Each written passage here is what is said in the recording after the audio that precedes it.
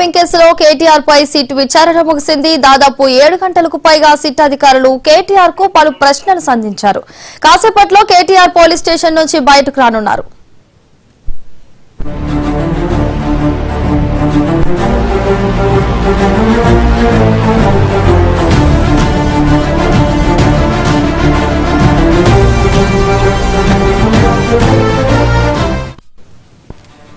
Phone tapping కేసులో కేటీఆర్ పై SIT విచారణ ముగిసింది. ఈ కేదాంశానికి సంబంధించి మరింత సమాచారాన్ని స్పెషల్ కరెస్పాండెంట్ దుర్గేష్ అందిస్తారు. దుర్గేష్, చెప్పండి.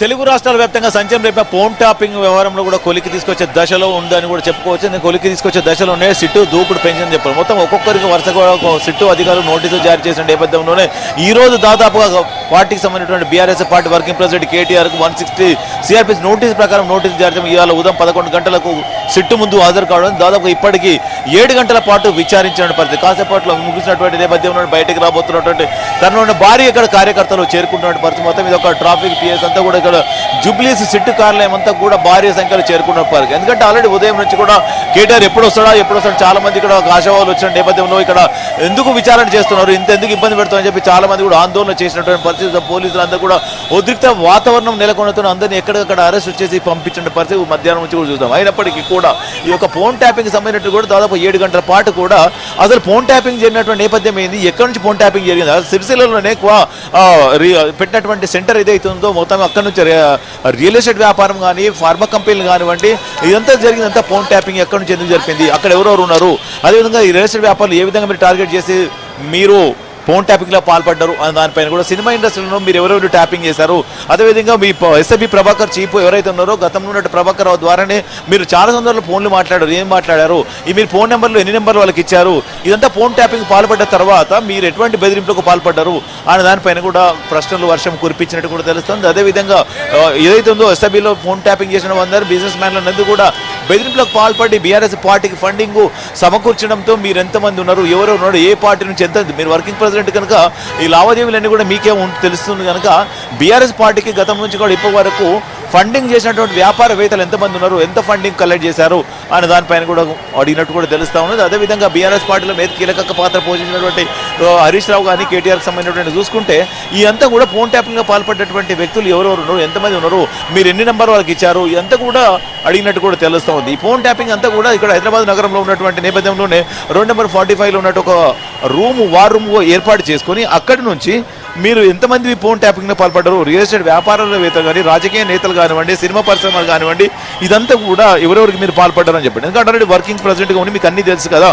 అదేవిధంగా విదేశాల నుంచి ఉన్నటువంటి మీటింగ్ ఏదైతే ఉందో అక్కడి నుంచి కూడా ఎక్విప్మెంట్స్ తీసుకొచ్చిన తర్వాత ఇజ్రాయెల్ నుంచి తెచ్చిన ఎక్విప్మెంట్కి అమౌంట్ ఎక్కడ పెట్టారు, ఎక్కడి నుంచి ఇచ్చారు, పార్టీ నుంచే ఇచ్చారు కదా, ఎంత ఇచ్చారు అని దానిపైన కూడా అడిగినట్టు కూడా తెలుసు. సిరిసిల్లనే వార్ రూమ్ కేంద్రంగా చేసుకొని రియల్ ఎస్టేట్ వ్యాపార ఫార్మాట్ అన్ని కూడా అక్కడి నుంచి నడిపారు కదా, ఇది చేశారా లేదా అని అడగడం. ఈ ఫోన్ ట్యాపింగ్ కేసులో ఇజ్రాయెల్ నుంచి తెచ్చినటువంటి ఎక్విప్మెంట్స్ ఎక్కడెక్కడ పెట్టారు అని దానిపైన అడిగినటువంటి పరిస్థితి. మీ ఛానల్ ఒక ఛానల్ ఏదైతే ఉన్నదో ఆ ఎండి శ్రవణ్ కుమార్ రావు ఎవరైతే ఉన్నారో తనకు మీకు ఎప్పటి నుంచి పరిచయం, తను మీకు ఎప్పటి నుంచి మీకు పరిచయం అయింది, ఏమన్నా బంధువా, మీకు ఎప్పటి నుంచే ఎన్ని నెంబర్లు ఇచ్చి ట్యాపింగ్ చేశారు, ప్రవీణ్ రావుతో పాటు ఉన్నటువంటి నవీన్ రావు, భుజంగరావు, తిరుపతమ్మ ఈ సినిమాకు వీళ్ళందరూ ఎవరైతే ఉన్నారో వీళ్ళ నుంచి మీరు ఎన్ని సందర్భాలతో మాట్లాడారు, ఎస్ఎబి ప్రభాకర్ ఎవరైతే ఉన్నారో చెప్పు మీరు ఎన్ని సందర్భంలో మాట్లాడారు అని మాట్లాడలేదు అని చెప్పినప్పుడు ఇవన్నీ కాల్ లిస్ట్ ఇచ్చినప్పుడుతోనే అక్కడ హవక్ అయినట్టు కూడా తెలుసు. ఎందుకంటే అంతా కూడా తిని ఎవరెవరితో మాట్లాడి కాల్ లిస్ట్ అంతా తీయడం జరిగింది. ఎందుకంటే ఆల్రెడీ గతంలో కూడా అరెస్ట్ అయినటువంటి తిరుపతి అన్న కానీ భుజంగరావు కానీ రాధాకృష్ణరావు వీళ్ళందరినీ కూడా ఫోన్ ట్యాపింగ్లో పాల్పడేటువంటి నిందితులుగా ఉన్నటువంటి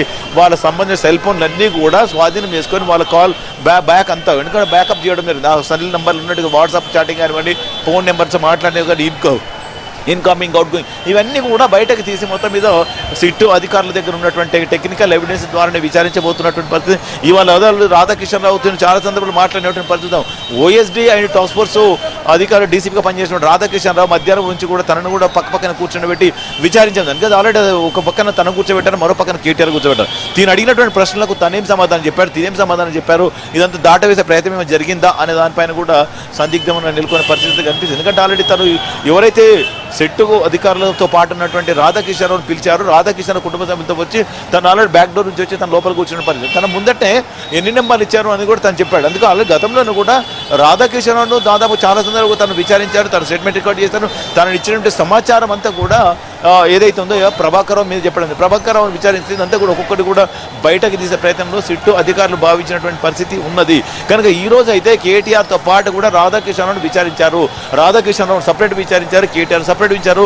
మళ్ళీ ఒకసారి ఇద్దరిని కూడా కూర్చొని పెట్టి విచారించారు. ఎందుకంటే వీళ్ళ దగ్గర ఉన్నటువంటి టెక్నికల్ ఎవిడెన్స్ ఏదైతే ఉన్నాయో, మాట్లాడినటువంటి మాటలు కానివ్వండి, వాయిస్ రికార్డులు కానివ్వండి, ఆ ఫోన్కి సంబంధించినటువంటి మెసేజ్లు కానివ్వండి, ఇవి ఇచ్చినటువంటి నెంబర్లు కానివ్వండి, ఇవన్నీ నెంబర్లు కూడా కూర్చోబెట్టి చూపించుకుంటూ అడిగినట్టు కూడా తెలుస్తూ ఉన్నది. ఎందుకంటే ఫోన్ ట్యాపింగ్ అంతా జరిగిందంతా కూడా మీరు ఎక్కడెక్కడ నుంచి చేశారు, ఎందుకు చేశారు అనేది. అంటే కేవలము గతంలో ఉన్నటువంటి 2023లో జరిగినటువంటి ఎన్నికల విషయంలో కానివ్వండి, మీరు ఎంతమంది ట్యాప్ చేశారు, ఈ గతంలో ఉన్నటువంటి ఇప్పుడు ప్రస్తుతానికి ఉన్న ముఖ్యమంత్రి కుటుంబ సభ్యులు కూడా ఫోన్ ట్యాపింగ్లకు పాల్పడ్డారు.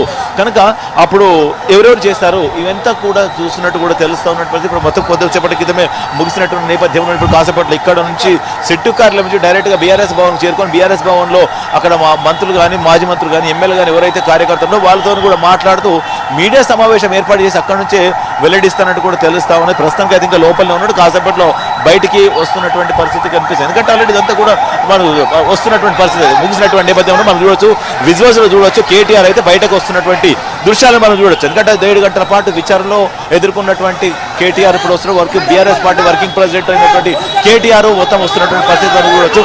ఎందుకంటే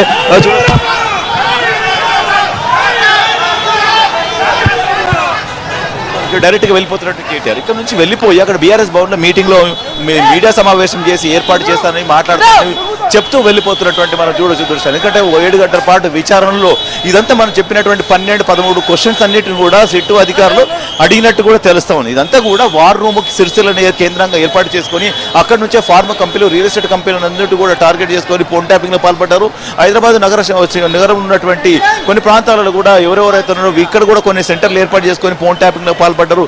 ఇదంతా కూడా టెక్నికల్ ఎవిడెన్స్ ఆధారంగానే సిట్టు అధికారులు కేటీఆర్కు ప్రశ్నలు అడిగినట్టు కూడా తెలుస్తోంది. మరి ఇప్పుడు కాసేపట్లో కేటీఆర్ కూడా బయలుదేరి అక్కడ బీఆర్ఎస్ భవన్కు వెళ్తున్నటువంటి పరిస్థితి. బీఆర్ఎస్ భవన్కు వెళ్ళిన తర్వాత అక్కడ మీడియా సమావేశం ఏర్పాటు చేసి మీడియా సమావేశంలో మొత్తం పూర్తి వివరాలు వెళ్లించినటువంటి పరిస్థితి. మొత్తం ఇక్కడ నుంచి భారీ సంఖ్యలో కార్యకర్తలు వాళ్ళందరూ వచ్చినటువంటి పరిస్థితి అయితే ఉన్నది. ఇక్కడ పోలీసులు కూడా భారీ సంఖ్యలో మోహరించడం జరిగింది. ఎందుకంటే కార్యకర్తలు అందరూ కూడా ఇక్కడ తోపులాట జరుగుతున్న నేపథ్యంలో ట్రాఫిక్ అంతరాయం జరుగుతున్నప్పుడు ఎక్కడెక్కడ ట్రాఫిక్ కూడా నిలిచిపోయినటువంటి పరిస్థితి మనం చూడదు. ఎందుకంటే ఆల్రెడీ ఇక్కడ ఉన్నటువంటి చిన్న ప్లేస్ కదా, ఇక్కడ ఏదైతే భారీగా 300-500 మంది పోలీసు బలగాలు మోహరించారు.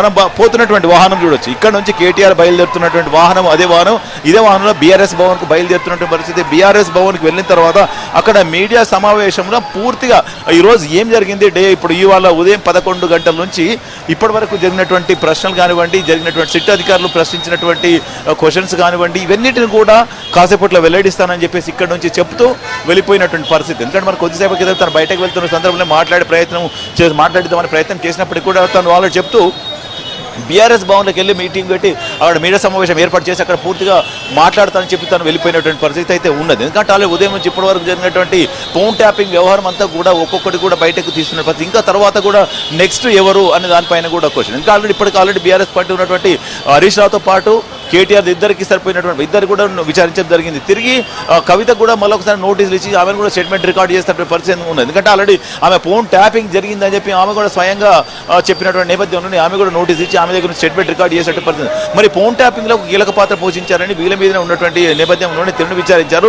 తిరుతో పాటు నెక్స్ట్ మరి మాజీ ముఖ్యమంత్రిగా కేసీఆర్ కూడా నోటీసులు ఇస్తారా అనే దానిపైన కూడా ప్రశ్నార్థకంగా మిగిలిన ప్రశ్నలు చెప్పుకోవాలి. ఎందుకంటే అది తనకు ఇస్తారా లేదా అని చూడాల్సిన పరిస్థితి. ఎందుకంటే ప్రభాకర్ రావు ఇచ్చినటువంటి స్టేట్మెంట్ అంతా కూడా ప్రభాకర్ రావు కీలకంగా మారబోతున్నట్టు నేపథ్యంలోనే ప్రభాకర్ రావు అన్ని తప్పించుకునే ప్రయత్నం జరుగుతుందని కూడా భావించినటువంటి పరిస్థితి అయితే ఉంటుంది. ఎందుకంటే ఫోన్ ట్యాపింగ్ అంతా కూడా ప్రభాకర్ రావు చెప్పినటువంటి మాటలు కానీ ఉన్నత కింద స్థాయి ఎవరైతే ప్రభాకర్ రావుతో పాటు పనిచేసినటువంటి రాధాకిషన్ రావు, భుజంగరావు, తిరుపతి అన్న, ప్రణీతరావు వీళ్ళందరినీ కూడా విచారించినప్పుడు కేవలం ప్రభాకర్ రావు ఆదేశాల మేరకే ఫోన్ ట్యాపింగ్లకు పాల్పడ్డాము, ప్రభాకర్ రావు చెప్పిన విధంగానే ఇవన్నీ డివైస్ అన్ని కూడా డ్యామేజ్ చేశామని చెప్పి క్లియర్గా వాళ్ళు చెప్పినటువంటి పరిస్థితి అయితే ఉన్నది. కనుక ప్రభాకర్ రావుకు ఎవరు చెప్పారు, ఎవరికైతే ఫోన్ ట్యాపింగ్లకు పాల్పడ్డారు అన్న దానిపైన ఈ రోజు ప్రశ్నల వర్షము జరిగి కురిపించారని చెప్పుకోవాలి. అంతా కూడా మరి బీఆర్ఎస్ పార్టీలో ఉన్నటువంటి మెప్పు కోసమే పనిచేస్తాడు అంటే మరి వీళ్ళు నెంబర్లు ఇవ్వడంతోనే ఫోన్ ట్యాపింగ్లో పాల్పడ్డటువంటి పరిస్థితి ఇజ్రాయెల్ నుంచి తీసుకొచ్చినటువంటి ఎక్విప్మెంట్స్ కానివ్వండి, ఇక్కడ సెంటర్స్ పెట్టి ఫోన్ ట్యాపింగ్లో పాల్పడ్డారు అంటే కూడా ఇదంతా కూడా వాళ్ళు ప్రభాకర్ రావుకు కింద ఎవరైతే ఉన్నారో వాళ్ళందరూ ఇచ్చినటువంటి సమాచారమే బట్టి వీళ్ళని విచారిస్తున్న పరిస్థితి. ఇదంతా కూడా చూసినట్టయితే ఇజ్రాయెల్ నుంచి తెచ్చినటువంటి ఎక్విప్మెంట్స్ కానివ్వండి, ఇక్కడ సిరిసిల్ల టార్గెట్ పెట్టుకున్నటువంటి సెంటర్ కానీ ఇవన్నిటి కనుక చూసుకుంటే కొలిక్కి తీసుకొచ్చే దశలో కూడా సిట్టు అధికారులు దూకుడు పెంచారు. మరికొంతమందికి నోటీసులు ఇచ్చి వాళ్ళు కూడా విచారించే పరిస్థితి కనిపిస్తుంది. Right, thank you Durgesh.